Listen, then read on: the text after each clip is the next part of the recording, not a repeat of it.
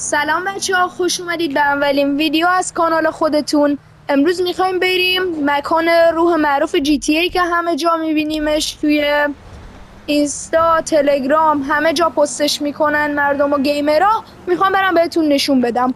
خب این قسمت مپ، این مپ جی تی ای دیگه. میایید بالا، بعد سمت راست اینجا یه پل کوچولو میبینید. اینجا این تیکه یه پله.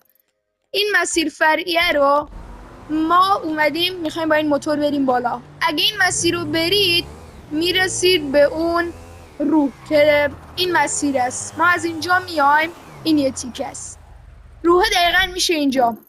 این مسیر رو اینطوری میایید رو به بالا تا این رو پیدا کنید اینجاها که الان میریم بالا. بهتون نشون میدم این حالت یه پیچ خورده، این یه تیکه این ورش میشه تقریبا روح اینجاست. بریم تا نشونتون بدم.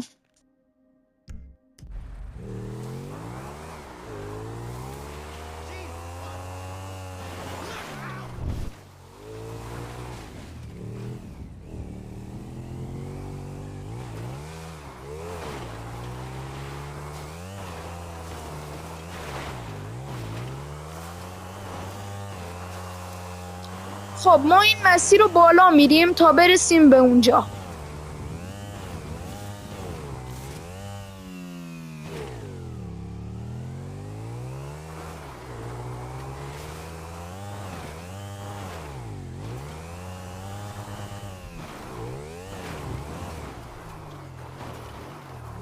خب ما بعد از اینکه به اینجا رسیدیم، من همیشه میرم بالای اون یه تیکه تپه وای میسم. میاد اون روحه، میاد دقیقا اینجا وای میسته. شب میاد بالای این وای میسه که الان ساعت چنده؟ ساعت 1:42 بعد از ظهره که توی جی تی ای تایم زود میگذره. پس من کمی وای میسم تا شب بشه.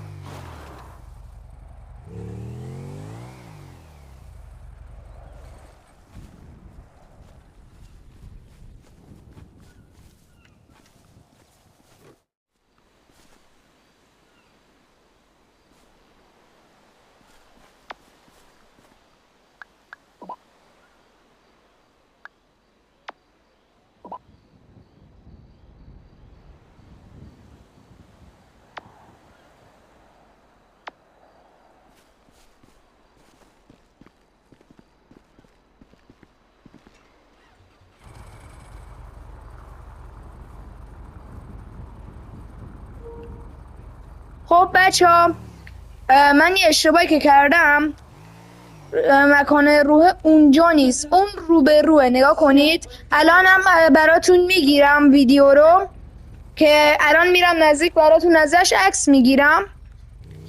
فقط اگه زیادی نزدیک بشید ممکنه بره، نباید خیلی نزدیک شید. اینجا خوبه.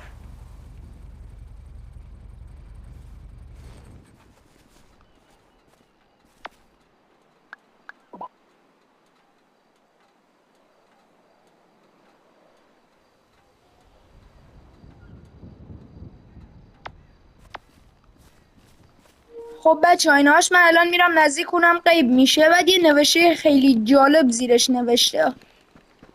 من برم نزدیکتر.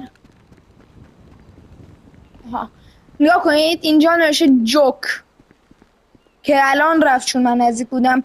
این میگن که این جوک شوهرش بوده. توی اوایل بازی که ما داریم مرحله دزدی از بانکو میریم، میگن توی اون مرحله با شوهرش میاد کوهپیمایی، اونجا میندازتش پایین که معلوم نیست واقعی یا نه، اما این طوریه که داره و جوک هم اسم شوهرش بوده. خب بچه ها، این بود از این ویدیو. امیدوارم خوشتون اومده باشه. لایک و کامنت و سابسکرایب یا فالو یادتون نره برای اینکه از من حمایت کنین و بتونم براتون ویدیوهای بهتری بسازم. پس تا ویدیوی بعد، بدرود.